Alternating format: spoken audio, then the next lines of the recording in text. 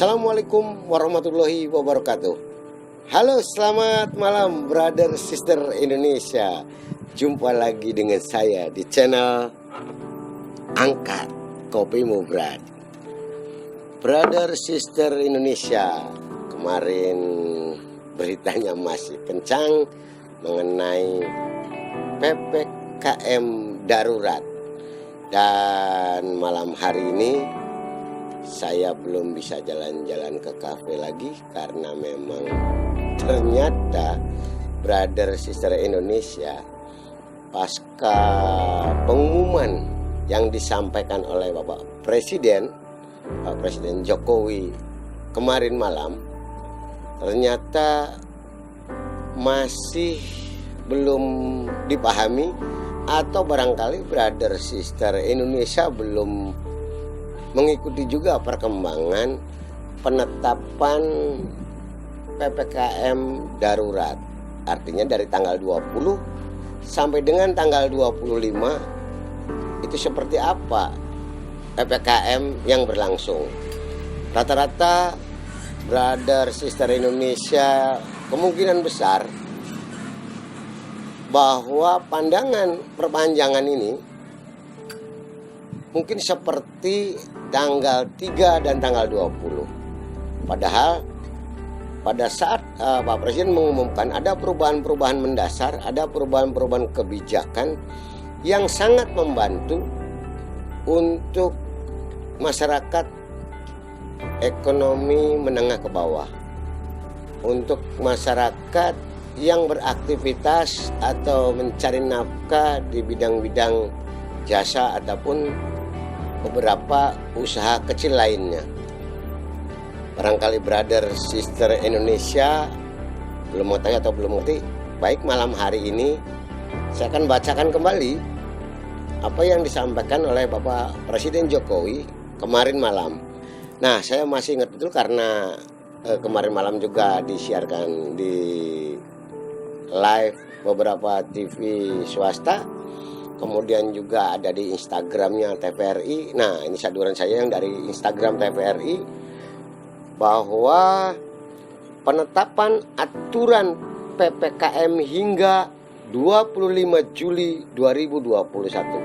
Artinya tanggal 20 sampai dengan tanggal 25. Karena di sini ada hingga 25 Juli 2021. Jadi kita tidak ngobrolin tanggal 26 ke depan dulu, karena itu nanti kemungkinan besar ada perubahan-perubahan mendasar kembali. Baik, bahwa penetapan aturan PPKM hingga 25 Juli 2021. Yang pertama ini, pasar tradisional yang menjual kebutuhan pokok, ya artinya kebutuhan pokok sehari-hari, diizinkan dibuka sampai dengan pukul 20.00 waktu Indonesia Barat, ya, dengan kapasitas pengunjung 50%. Nah, ini berarti kebutuhan pokok sehari-hari itu ada beras, ya pokoknya yang kira-kira kebutuhan hidup, kebutuhan pokok sehari-hari. Misalkan pedagang beras tuh, nah kayak Ibu Haji Hasanah jual beras itu boleh, pengunjungnya dibatasi 50%. Kalau dulu ada pelanggannya 100, ya 50 saja. Itu boleh sampai dengan jam 20.00 waktu Indonesia Barat. Kemudian berikutnya, pasar tradisional selain yang menjual kebutuhan pokok sehari-hari diizinkan dibuka sampai dengan pukul 15. Nah, kalau bukan bahan pokok, bukan beras, itu ada dagang-dagang yang lain tuh, bisa di pasar tradisional kan banyak macam-macam tuh. Itu tadinya jam 10, ini dikasih kelonggaran sampai dengan pukul 15.00 waktu Indonesia Barat dengan kapasitas maksimal 50%. Sekali lagi, dengan kapasitas 50% dengan penetapan protokol kesehatan yang ketat. Masker harus dipakai, kalau yang tidak pakai masker jangan boleh beli. Ya, artinya untuk pasar tradisional, baik jual beras ataupun aktivitas yang ada di pasar tradisional, sudah ada ketentuannya. Jadi minimalnya sampai jam 3 sore itu bisa untuk berjualan di pasar tradisional. Kemudian ada lagi untuk pedagang kaki lima, toko kelontong, agen atau outlet voucher, pangkas rambut, laundry, pedagang asongan, bengkel kecil, cucian kendaraan, motor dan mobil tuh cucian kendaraan, dan usaha kecil lain yang sejenis diizinkan buka dengan protokol kesehatan yang super ketat sampai dengan pukul 21.00 ya, jam 9 malam. Jadi untuk dagang yang di pinggir jalan tuh boleh jualan sampai jam 9 malam. Kemudian ada lagi, ini juga nanti itu cara pengaturan teknisnya diatur oleh pemerintah daerah. Ya, nanti Bapak Wali Kota atau Bapak Bupati yang mengatur, tentu biasanya ada edaran lagi tuh.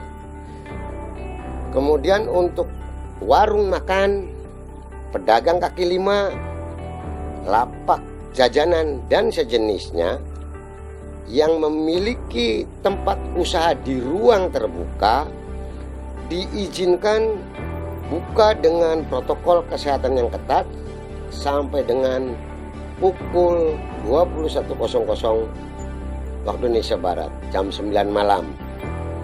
Dan maksimum waktu makan untuk yang berkunjung itu 30 menit.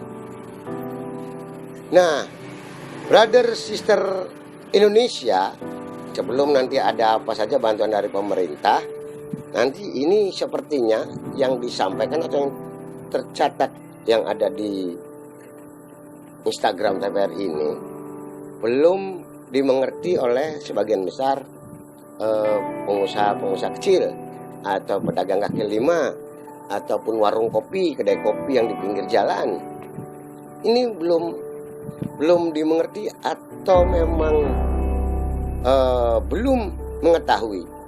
Tapi yang jelas hari ini brother sister Indonesia, saya siang coba keliling bagaimana perkembangan pasca Presiden Jokowi mengumumkan pelonggaran itu.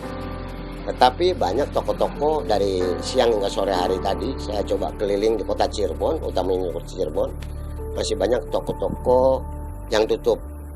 Warung-warung makan belum ada kursinya. Warung-warung itu semua bangkunya masih ada di dalam, tidak berani mengeluarkan. Dan saya coba tanya, ya karena belum ada izin, karena takut kena sanksi. Nah, brother sister Indonesia, ini jangan sampai bahwa ketidakmengertian atau ketidaktahuan dari brother dan sister ataupun para pengusaha kecil, usaha kecil mikro, jangan sampai kemudian pemerintah dianggap tidak memberikan keleluasaan atau tidak memberikan kelonggaran kepada kita semua. Saya termasuk juga usaha bengkel adalah menjadi masuk dalam kategori itu. Artinya boleh saya bengkel juga buka sampai dengan jam 21 malam, pakai masker dan segala macam protokol kesehatan. Nah, dari situlah bahwa sampai dengan malam hari ini pun saya coba keliling di kota Cirebon. Tadi nyampe ke kafe Sandai buka, tapi tidak berani nerima order kecuali take away. Kemudian kafe 27 tutup. Kafe Loko juga belum berani. Kemudian kafe Molo belum berani. Kafe Kutagara dan semua kafe-kafe yang ada di kota Cirebon hampir rata-rata belum berani untuk berjualan kembali. Padahal kalau kita simak apa yang disampaikan atau yang diperkenalkan oleh Pak Presiden, bahwa untuk gejolak ekonomi supaya kita juga tidak mati dalam kelaparan, bukan mati karena COVID. Ini pemerintah sudah memberikan kebijakan. Hanya saja, nah ini Bapak Wali Kota atau Bupati juga mungkin harus segera membantu memberikan surat edaran pada para pedagang kecil, pedagang kaki lima, ataupun kepada pemilik warung kopi, kedai-kedai kopi, itu sebetulnya boleh duduk di situ, makan di situ. Tapi kalau untuk makan di situ, duduk di situ 30 menit. Kemudian kalau biasa pengunjungnya 100, berarti dibatas hanya 50. Kalau pengunjungnya 50 berarti cuma 25. Jadi bukan berarti tidak boleh makan di situ. Jangan salah arti bahwa nanti ini seolah-olah Presiden Jokowi tidak memberikan kelonggaran. Rata-rata kalau yang saya temui hanya tahunya diperpanjang dari tanggal 20, yang kita juga nungguin sampai malam hari bagaimana putusannya. Ternyata tanggal 20 malam itu, nah karena mungkin terlalu malam, jadi banyak yang tidak tahu bahwa dari situ pengumuman itu diberikan kelonggaran-kelonggaran, kecuali mall belum ada tuh ketentuannya, atau mungkin bilang pariwisata belum ada obrolan, nggak ada ketentuan itu, atau berkaitan dengan penyekatan ini masih belum ada kelonggaran. Mudah-mudahan ada di tanggal 26 ada kelonggaran utamanya untuk penyekatan, karena memang ada beberapa kota termasuk kota Cirebon yang kehidupan ekonominya ini ditopang oleh daerah-daerah sekitarnya. Ada Indramayu, ada Majalengka, Kuningan, Ciamis, dan itu banyak juga untuk di yang semua ekonomi bisa dagang itu di kota Cirebon. Sehingga penyekatan-penyekatan ini barangkali yang masih menghambat jalur itu. Kalau untuk para pedagang kecil diperbolehkan untuk jualan sampai dengan jam 9 malam. Untuk pasar tradisional jam 3 sore, kecuali itu dagang beras ya. Sekali lagi, tapi semuanya dengan protokol kesehatan. Artinya memakai masker, kalau memang kerumunan terlalu banyak ya kalau bisa ya pakai double lah, supaya kita menghindar dari virus Delta yang memang ini virusnya lebih cepat cara penularannya. Jadi brother sister Indonesia juga harus mengetahui, jangan sampai kemudian ini menjadi isu-isu yang menjadi provokasi masyarakat terus memberontak. Banyak beredar video lagi demo karena PPKM darurat tidak dicabut atau tidak dihentikan demo. Tapi padahal gambarnya itu bukan demo pada saat demo PPKM darurat, tetapi ada demo pada saat undang-undang Cipta Kerja, penolakan undang-undang Cipta Kerja. Kemudian ada lagi yang di pasar-pasar dibakar segala macam, ada. Ternyata itu dulu ada kasus-kasus yang dulu dengan apa itu keributan apa, tetapi bukan masalah PPKM darurat. Kemudian juga ada di beberapa daerah juga sama, bahwa seolah-olah ada demo. Tidak ada demo di beberapa daerah, kecuali memang kemarin saja bahwa ya BEM itu juga sudah diselesaikan, artinya sudah ada dialog tersendiri. Berkaitan dengan PPKM darurat sampai dengan tanggal 25 Juli, sekali lagi bahwa brother sister harus memahami itu, dan silakan kembali untuk pedagang kecil, kelontong, pokok usaha-usaha kecil semua diberikan kebebasan, diizinkan untuk berdagang atau mencari rezekinya itu sampai dengan jam 21.00, jam 9 malam. Yang paling penting adalah protokol kesehatan. Brother sister, saya juga termasuk orang yang rewel, terus mendorong bagaimana kebijakan pemerintah harus berpihak kepada rakyat kecil, karena kita juga pelaku usaha mikro ya, usaha kecil, usaha artinya serabutan yang tiap hari harus makan dari hasil kerja tiap hari juga. Saya protes terus menerus. Nah kenapa saya protes? Ya nggak apa-apa, misalnya milih Pak Jokowi jadi presiden, jadi saya berhak untuk protes. Ya nggak boleh protes tuh. Kalau yang nggak milih, nggak usah protes lah. Milih enggak, protes aja. Apalagi sampai ribut menurunkan. Itu kan nggak lucu juga. Yang kalah minggir. Biarkan kami yang protes ke Pak Jokowi. Kami yang protes bagaimana perkembangan rakyat Indonesia di daerah-daerah yang memang sangat sulit dengan ekonomi. Itu barangkali brother sister, sekali lagi mohon ini untuk Bapak Kepala Daerah, Bapak Wali Kota, Bapak Bupati, karena ada beberapa ketakutan dari pelaku usaha mikro, pedagang kecil, takut kena sanksi, takut ditangkap Satpol PP, sehingga sampai dengan hari pertama ini mereka masih belum berjualan, masih ada rasa ketakutan. Jadi sehingga ini barangkali dorong juga oleh kepala daerah untuk bisa memberikan sedikit ketenangan buat para pedagang ini untuk berjualan.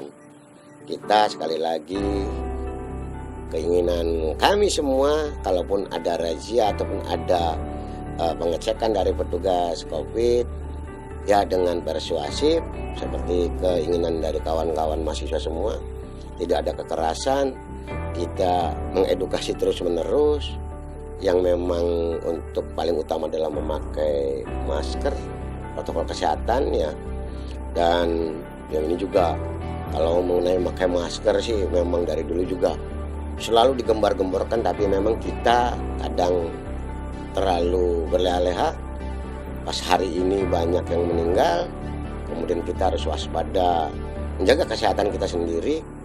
Dan sekali lagi saya juga terima kasih kepada rekan-rekan saya, Ibu Isdiana di Jakarta, yang tidak capek, yang tidak mengenal lelah untuk menerus mengingatkan masyarakat Indonesia, rakyat Indonesia untuk memakai masker. Bu Aningsi di Bandung dengan Pak Dr. Diki juga selalu menegur kalau memang ada masyarakat tidak memakai masker.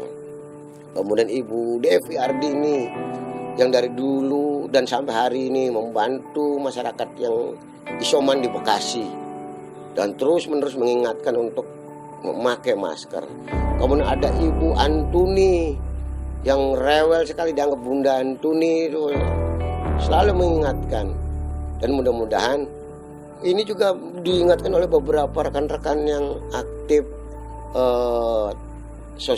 kesosialan di masyarakat, sering mengingatkan semua harus protokol kesehatan. Banyak rekan-rekan kita juga sering mengingatkan, dan mudah-mudahan dengan adanya kondisi ini masyarakat Indonesia, rakyat Indonesia untuk menjaga kesehatan masing-masing, karena memang virus ini begitu dahsyat. Dan kita semua, kalau bukan kita yang menjaga kesehatan, terus siapa lagi? Kita harus mau sendiri. Dan ada juga untuk masyarakat, sebetulnya ada pengumuman tambahan yang memang saya juga ini belum begitu paham, bahwa pemerintah juga memberikan bantuan masyarakat yang terdampak. Antara lain, ya pemerintah mengalokasikan tambahan anggaran perlindungan sosial sebesar 55,21 triliun berupa bantuan tunai, yang mungkin ada BLT atau segala macam, kemudian ada bantuan sembako, kemudian bantuan kuota internet, kemudian ada subsidi listrik. Ada juga pemerintah juga memberikan insentif untuk usaha mikro informal, pedagang kaki lima itu sebesar 1,2, itu melalui dinas-dinas atau segala macam. Silakan untuk brother sister, bahwa pemerintah pusat juga sudah mengumumkan ada bantuan, dan instruksi dari Bapak Presiden kepada Bapak Kapolres masing-masing, utamanya untuk Kapolres Bapak Kapolres Kota Cirebon. Hari ini pun kawan-kawan dari Binmas juga sudah berbagi dengan pengusaha-pengusaha kecil, kawan-kawan yang di bengkel, berupa beras, pembagian beras. Dan sepertinya hampir semua Bapak Kapolres memerintahkan anggotanya untuk bisa mendorong masyarakat untuk melakukan vaksinasi, kemudian memberikan beras, ada yang 5 kilo, ada yang 2,5 kilo, masing-masing itu berbeda. Dan ini juga merupakan inisiatif dari jajaran kepolisian, dan mudah-mudahan ini ada manfaat buat masyarakat di daerah. Sekali lagi, brother sister Indonesia, jangan khawatir, kerjakan apa yang bisa dikerjakan, yang kira-kira membuat kita happy, yang membuat kita bahagia, agar daya imun kita, kesehatan kita bisa lebih kuat, imunitas kita lebih bisa terjaga. Dan kalau belum bahagia, saya katakan udahlah, pura-pura bahagia saja, biar COVID-nya tidak berani untuk menyerang kesehatan kita. Brother sister, demikian mudah-mudahan informasi hari ini bisa menjadi informasi buat kawan-kawan untuk pedagang kaki lima, warung, kemudian yang lain-lain supaya bisa beraktivitas kembali agar ekonomi berjalan lagi. Dan untuk Bapak Kepala Daerah, Bapak Wali Kota, Bapak Bupati, coba didorong dengan surat edaran agar mereka berdagang juga tidak dengan rasa ketakutan, dengan tidak rasa takut kena sanksi dan sebagainya. Mudah-mudahan petugas di lapangan berlaku bijak, humanis, sehingga tidak ada lagi bentrokan-bentrokan antara petugas kemudian dengan pelaku usaha pedagang kecil, pedagang kaki lima. Brother Sister Indonesia, demikian obrolan singkat hari ini. Nanti akan kami berikan juga obrolan-obrolan berkaitan dengan PPKM darurat bila mana ada hal-hal yang perlu disampaikan untuk brother dan sister Indonesia agar tidak ada gejolak, agar ekonomi masyarakat Indonesia tetap berjalan. Dan sekali lagi protokol kesehatan, memakai masker adalah yang paling utama. Jaga diri kalian baik-baik, jaga kesehatan kalian baik, semua akan berjalan dengan baik dan Indonesia menjadi sehat kembali. Terima kasih brother sister Indonesia. Sekali lagi barangkali ada brother sister belum paham dengan apa yang saya sampaikan, boleh isi komentar di channel Angkat Kopi Mubrat. Dan terima kasih malam hari ini. Nanti mudah-mudahan besok ada kafe yang buka, kita akan ngopi di kafe-kafe selama masa PPKM darurat sampai dengan 25 Juli. Terima kasih. Wassalamualaikum warahmatullahi wabarakatuh.